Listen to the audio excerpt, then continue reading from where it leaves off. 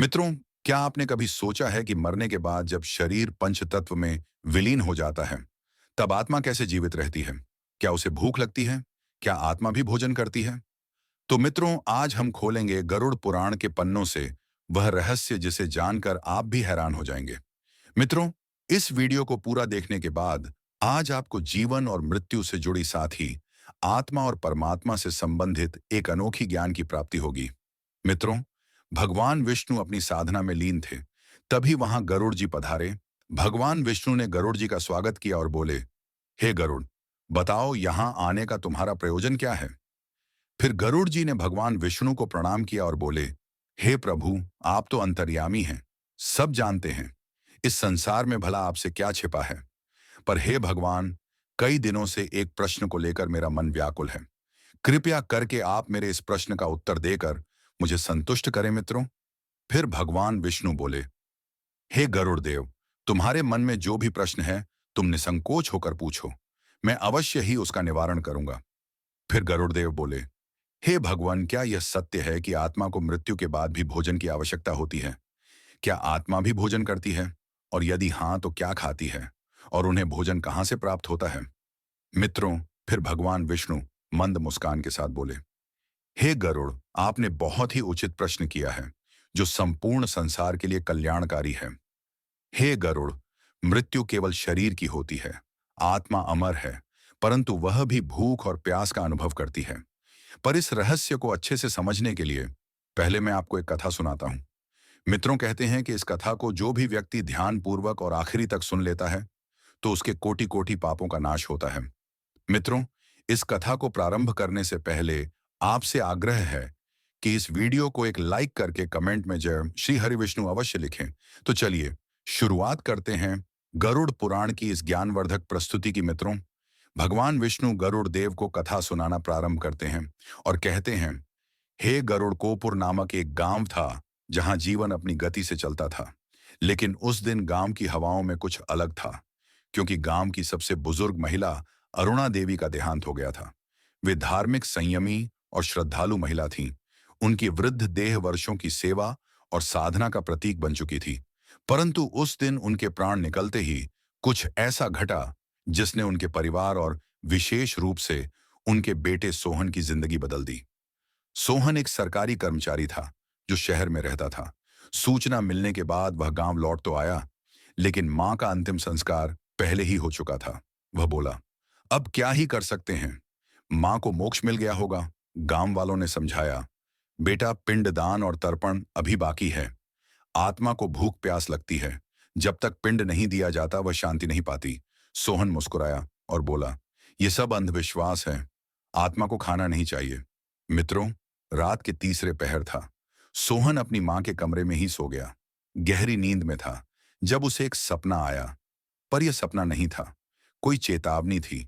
कमरे में अंधेरा छाया हुआ था, लेकिन उस अंधेरे में एक धुंधली आकृति उभरी। मां की आवाज आई, बेटा। मित्रों, ये सुनकर सोहन चौंक पड़ा। मां उसने देखा। मां खड़ी थी, पर उनका चेहरा पीला था। आंखें गहराई में डूबी हुई और शरीर पर वही पुराना साड़ी का कपड़ा। मां बोली, मुझे भूख लगी है। सोहन कांप उठा, आपको भूख? लेकिन आप तो? मित्रों, मां का स्वर अब करुणा और पीड़ा से भर गया।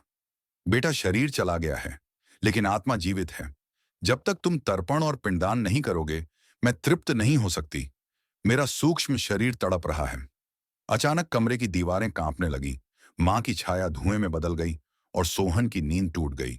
पसीने में तरबतर दिल जोर जोर से धड़क रहा था। सुबह होते ही सोहन उठ बैठा। सपना आंखों में घूम रहा था। वह सोचने लगा, क्या मां सच में भूखी है? क्या यह सिर्फ मेरा वहम है, या कोई संकेत? उसी समय गांव के पुजारी उसके घर आए और बोले, बेटा, तुम्हारे पिता ने जब तुम्हारे दादा के लिए पिंडदान नहीं किया था, तब भी घर में अजीब घटनाएं होने लगी थीं। तुम्हारी मां धार्मिक थी, इसलिए वे तुम्हें संकेत दे रही हैं। अब भी समय है। पिछली रात सोहन ने मां की आत्मा को देखा था, भूखी, असहाय और तड़पती हुई। उस रात के बाद उसकी सोच बदल चुकी थी। वह जानना चाहता था कि क्या सच में आत्मा को भूख लगती है। क्या यह सब केवल एक सपना था, या गरुड़ पुराण में सचमुच इसका कोई प्रमाण है? वह गांव के वृद्ध और विद्वान पंडित त्रिभुवन शर्मा के पास गया। उन्होंने गरुड़ पुराण का संदर्भ खोलते हुए कहा, बेटा, जब कोई जीव इस शरीर को छोड़ता है, तब उसकी आत्मा सूक्ष्म शरीर में प्रवेश कर लेती है। यह सूक्ष्म शरीर ही उस आत्मा का अस्थायी माध्यम बनता है, जिसके जरिए वह अपने कर्मों के अनुसार यमलोक की यात्रा करती है। लेकिन यह यात्रा तुरंत नहीं होती। मृत्यु के बाद आत्मा कम से कम 10 दिन तक इस पृथ्वी पर ही रहती है। वह अपने घर, अपने प्रियजनों के बीच ही भटकती है।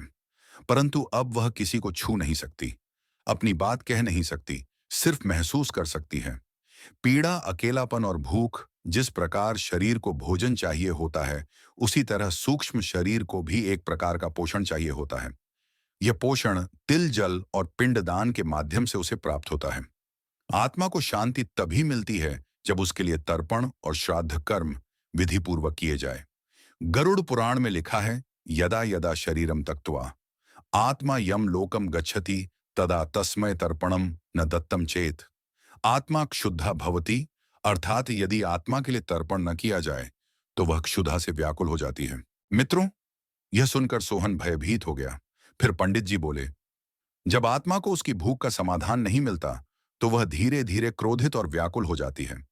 कई बार वह घर के सदस्यों को संकेत देती है। स्वप्न में आना, किसी की तबीयत खराब होना, घर में अशांति फैलना, यहां तक कि पितृदोष उत्पन्न हो जाना, ये सब आत्मा की असंतुष्टि के लक्षण हैं। पिंडदान मृत आत्मा के लिए वही है जो किसी यात्री के लिए रास्ते का भोजन होता है।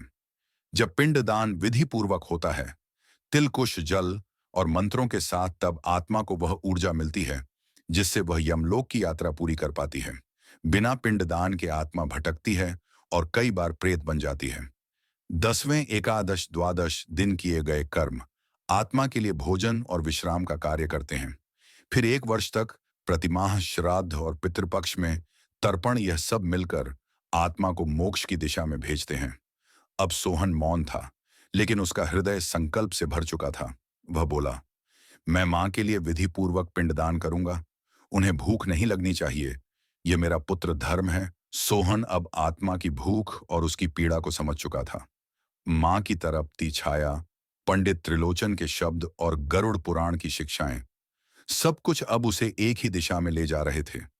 लेकिन अब उसके सामने प्रश्न था, पिंडदान कैसे किया जाए, क्यों किया जाए और इसके पीछे का रहस्य क्या है। पिंडदान क्या है मित्रों? पंडित त्रिलोचन ने समझाया, पिंड का अर्थ होता है अन्न का, वह गोल आकार जिसमें तिल, जौ, घी, दूध, चावल और जल मिश्रित होते हैं। इसे मंत्रों के साथ वृत्त आत्मा को अर्पित किया जाता है। यह पिंड आत्मा के सूक्ष्म शरीर के लिए ऊर्जा, भोजन और यात्रा का माध्यम होता है। गरुड़ पुराण में लिखा है, पिंड नानेन तीर्थन तृप्यति, पितर सदा, अर्थात पिंडदान, तीर्थ, जल और अन्न के माध्यम से पितर सदा तृप्त होते हैं। मृत्यु के बाद के 10 दिन विशेष महत्व रखते हैं। हर दिन विशेष मंत्रों के साथ आत्मा को एक एक पिंड समर्पित किया जाता है। हर दिन का एक उद्देश्य होता है। पहले दिन मृत्यु की पीड़ा से मुक्ति, तीसरे दिन सूक्ष्म शरीर का निर्माण, 7वें दिन यात्रा के मार्ग पर सहारा, 10वें दिन आत्मा की स्थिरता और तृप्ति। पंडित जी बोले, हिंदू शास्त्रों में कर्मकांड केवल प्रतीक नहीं, एक गहरा मनोवैज्ञानिक और ऊर्जा आधारित विज्ञान है। तिल और जल पिंडदान में प्रयुक्त तिल नकारात्मक ऊर्जा को शुद्ध करता है, जल भावनाओं को माध्यम बनाता है। जब परिवारजन प्रेम, श्रद्धा और समर्पण से पिंड देते हैं तो उस ऊर्जा को आत्मा ग्रहण करती है, जिससे वह या तो मुक्त होती है या अगले जन्म की ओर अग्रसर। मित्रों, पिंडदान क्यों अनिवार्य है? तो हम आपको बता दें कि यदि पिंडदान नहीं किया गया तो आत्मा भूखी रह जाती है, वह भटकती रहती है। प्रेत या असमाधान रूप में परिवार पर पितृदोष उत्पन्न हो सकता है। व्यक्ति आध्यात्मिक दृष्टि से आनी रह जाता है। गरुड़ पुराण में चेतावनी दी गई है, योन ददाति पितृभ पिंडम भवेत पापी सनापनोति सुखम। कदाचित, अर्थात जो पिंडदान नहीं करता वह पापी कहलाता है और उसे कभी सुख की प्राप्ति नहीं होती। मित्रों, अब सोहन ने निश्चय किया कि वह मां के लिए संपूर्ण विधि से पिंडदान करेगा। गांव के सभी ब्राह्मणों को बुलाया गया। घर के आंगन में कुश का आसन बिछाया गया। तिल और जल से बनी पिंड अर्पित की गई। हर मंत्र के साथ सोहन की आंखें नम थीं। अंतिम मंत्र के समय हवा की गति थम गई। एक शांति का अनुभव हुआ, जैसे कोई अधूरा संदेश पूरा हो गया हो, और सोहन को मां की मुस्कुराती छाया दिखाई दी। अब वह भूखी नहीं थी, शांत थी और धीरे धीरे धुएं में विलीन हो गई। सोहन ने विधिपूर्वक पिंडदान कर दिया था। मां की आत्मा को एक क्षण के लिए शांति मिलती दिखाई दी, लेकिन पंडित त्रिलोचन ने अभी भी चिंता की, रेखाएं नहीं मिटाई। सोहन ने पूछा, क्या अब मां को शांति मिल गई? पंडित जी बोले, पिंडदान तो प्रथम चरण है पुत्र, लेकिन तर्पण और श्राद्ध कर्म यदि ना किए जाए तो आत्मा पुनः पीड़ा से घिर सकती है और कभी कभी प्रेत बन जाती है। मित्रों, ये सुनकर सोहन स्तब्ध रह गया। प्रेत क्या मेरी मां भटक भी सकती थी? पंडित जी ने गरुड़ पुराण का रहस्य खोला। गरुड़ पुराण में बताया गया है कि जब आत्मा को उचित पिंडदान, तर्पण, श्राद्ध और यम के नाम की क्रियाएं नहीं मिलती, तब वह आत्मा स्थूल जगत के प्रति आसक्त हो जाती है। वह इस संसार को छोड़ नहीं पाती, क्योंकि भूख, मोह, परिवार की चिंता और अधूरी इच्छाएं उसे बांध लेती हैं। तब वह आत्मा पिशाच, प्रेत या भूत जैसी योनि में प्रवेश कर सकती है। जो व्यक्ति पाप कर्मों के साथ मरता है और जिसे तर्पण नहीं मिलता, वह प्रेत योनि को प्राप्त करता है और बंधन में फंसा रहता है। प्रेत योनि को स्थायी नरक नहीं, बल्कि एक बीज की दशा है, जहां आत्मा ना तो मृत है ना जीवित। वह हर समय अशांति में रहती है, किसी माध्यम से संवाद करना चाहती है। मित्रों, फिर सोहन ने घबराकर पूछा, मैंने तो मां का पिंडदान कर दिया, फिर भी क्या वे भटक सकती थीं? पंडित जी बोले, यदि पिंडदान के बाद श्राद्ध और वार्षिक तर्पण ना किए जाए तो आत्मा को पूर्ण शांति नहीं मिलती। वह अधूरी रह जाती है, जैसे किसी भूखे को केवल पानी मिल जाए, लेकिन अन्न नहीं।